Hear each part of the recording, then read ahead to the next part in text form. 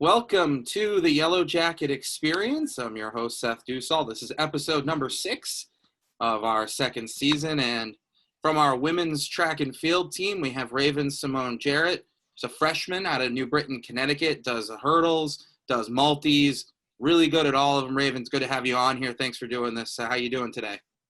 I'm doing good. Thank you for having me. Just a little bit tired, but I'm okay. I was going to say, it's finals week. No surprise that anybody who's on here is tired.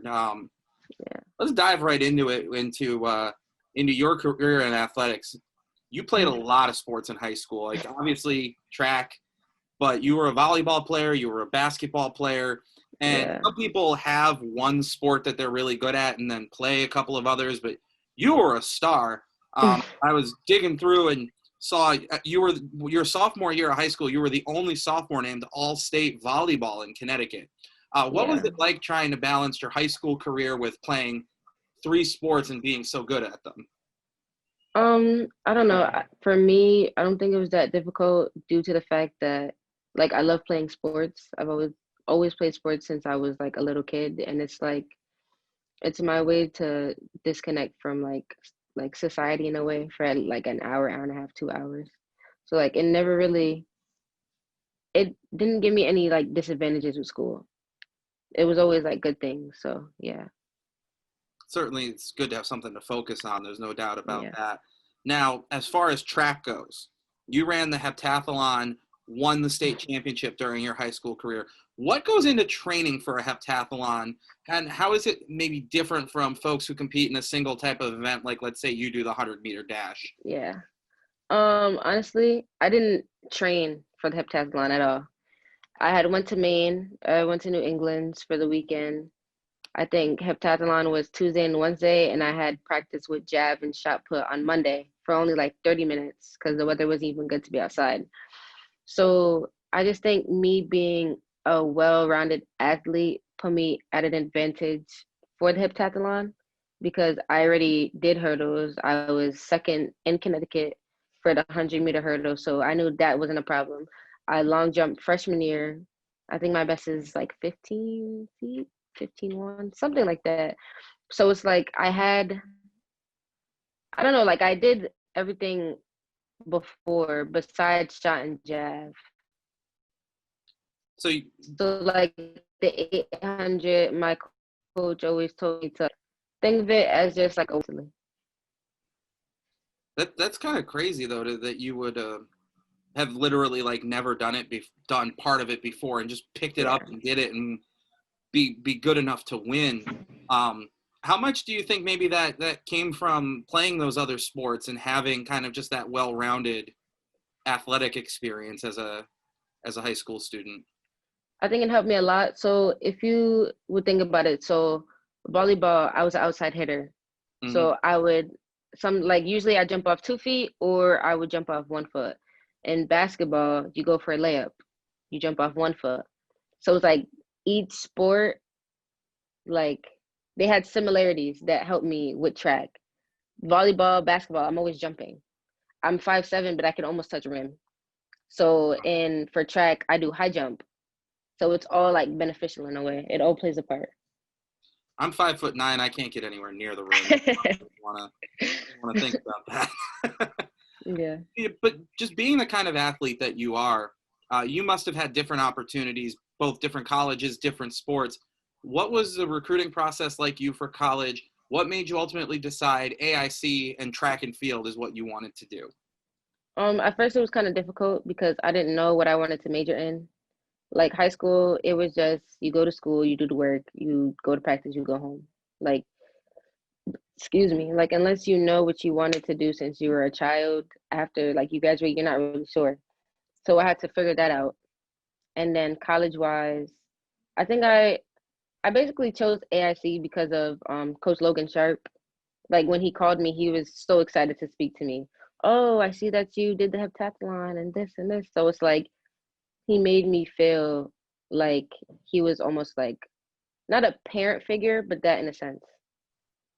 So that really pushed me to come. What was that whole process like then? If Coach Sharp gives you the call, and that was kind of but maybe take us through like the whole from getting that first phone call from him to ultimately making the decision. It was during COVID. I think I was home. Either I was home or I was walking to my best friend's house because she lives down the street, and we hung out the whole quarantine. He called me. He's like, "Oh, like, is this Raven-Symone?" I was like, "Yes." He said, "Oh, I'm the track and field coach at AIC. I would love to have you on my team." So, and he's a very like joyful person. So like his tone of voice, it just like, I don't know, like brightened my day. Mm. So I'm talking to him. I'm like, okay, like this is a good opportunity. So I don't know. We texted throughout the day. Day after that, I had to send in like I had to attach AIC to like my fast fun stuff. He was like, if you decide to come here, like you would be such a great addition to the team. And he was like, we have this girl, Roxanne from Jamaica. I'm Jamaican. Both of my parents, I go there all the time. So, and there's like a couple more Jamaican girls, like some people now that know on the team, they're Jamaican, like different cultures. So it's very diverse in a way. And then I had came here for a visit just to like see the campus, the dorms, dining hall. And I don't know, I just liked how he talked. Like it was nice. It made me feel welcome. So yeah. Coach Sharp certainly, the years I've worked with him, has always been a very unbelievably friendly guy, driven to win, but just a great person. It doesn't surprise me to hear a story like that. You mentioned, of course, the impact of the pandemic. You obviously didn't get to compete your spring semester of your senior year in outdoor track, and now obviously indoor track, even in your first year, is up in the air. What's it been like trying to train kind of with that, knowing that it's been, everything's so up in the air and things day to day can change? At first when they withdrew us from high school, I was texting my high school track coach and I was like, Coach Shaw, like I want to practice. Like what are they doing? What's going on? Like they're not telling us anything. And he was like, oh, I'll let you know next week. And then they said that they're shutting down school. And that's when we went like remotely. And I just like, at one point, like I did lose hope because I was like, this is my senior year. I don't have track because me and all my other senior friends, we were going to go sick senior year and like prom. And then our high school did like, I think it's like grad night or something like that. And like my brother experienced it and like I see people snap and like I wanted to do that. So it kind of like put me in a way. It's like, dang, like I don't have nothing to look forward to. I needed this to go to college, even though I'm so grateful that I'm here right now. I just thought that since I didn't have this senior year to do what I have to do, that I wouldn't go to college. But yeah. And yet here you are at AIC and getting ready for, it certainly seems hopeful that we're going to have an outdoor season coming up this spring based on everything that's going on. So what kind of goals have you set for yourself, especially going into your first year at this level, for what you want to do individually? And maybe what are some things that you've been able to do to help you get closer to those goals this semester? Definitely keep my grades up. Definitely have a good GPA. And I know I can become All-American. Not I want to, I know I can. And I know I have the potential because I see it in myself and like Logan or Coach Sharp, he sees it in me too. So just him being like, he keeps me motivated. So that motivation just like keeps me going. Certainly, being able to believe in yourself is a super important thing, especially in a sport like in track and field. You mentioned your GPA. I know you've chosen criminal justice as your major. What has that been like for you so far, adjusting to college level academic work, and what do you want to do with that degree? Adjusting to it, it wasn't that bad. Like I just had to learn that in high school we had 8 periods a day, but 7 like periods of classes. In college, it's only 2 or 3 classes per day. And then you either have like 1 day to complete it and then it's due by before class or 11:59, or it's due Sunday. So like one of my classes, her work was due every Sunday at 11:59. I would get her work out the way. Criminal justice, we didn't really have work. If we did, we had to like read over stuff. And then I had like introduction to ACE. It's not really like a academic class, but it's more of like it brings the freshman class together. So I didn't really have too much work, but I think the only class that was a lot was probably my English with like the writing and stuff.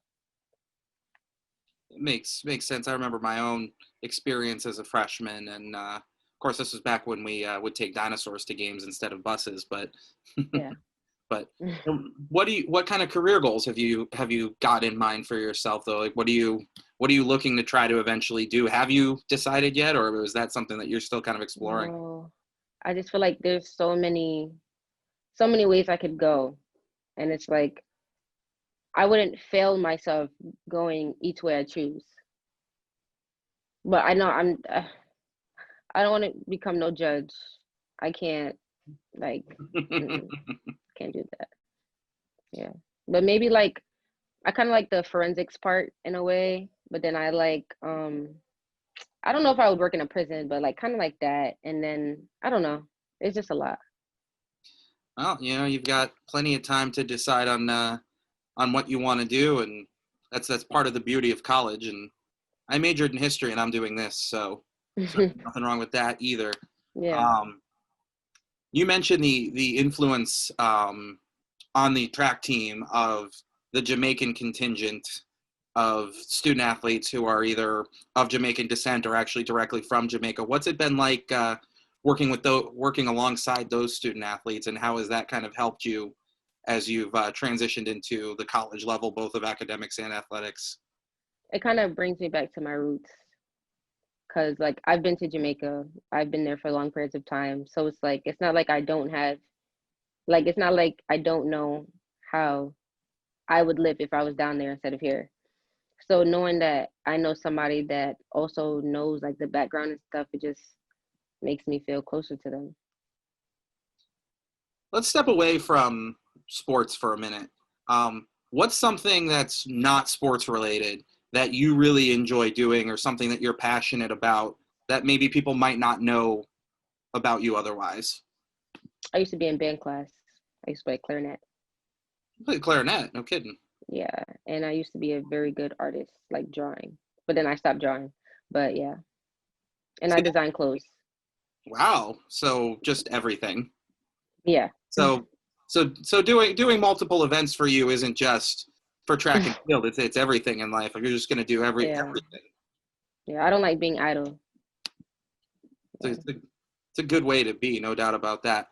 So one question we ask everybody who comes onto this this podcast that I love this question because it tells you so much about people. Other than your parents, who is a person who's had a significant influence on your life? Just give me something about them and the impact they've had on you. I would have to say my mother, probably, because I only have one parent. She's my only parent. She's my mother and my father. And I know that even though that we do get into disagreements, that she'll always have my back. If I need something and she has it, she'll give it to me. Yeah. You can't say fairer than that. A good mom is one of the most important things. Raven-Symone Jarrett from our women's track and field team. Look out for her on the upcoming All-American list. Got a pretty good feeling as well, based on what I've seen, that she is going to be on there. So thank you for doing this, Raven. Really appreciate it. Thank you for having me.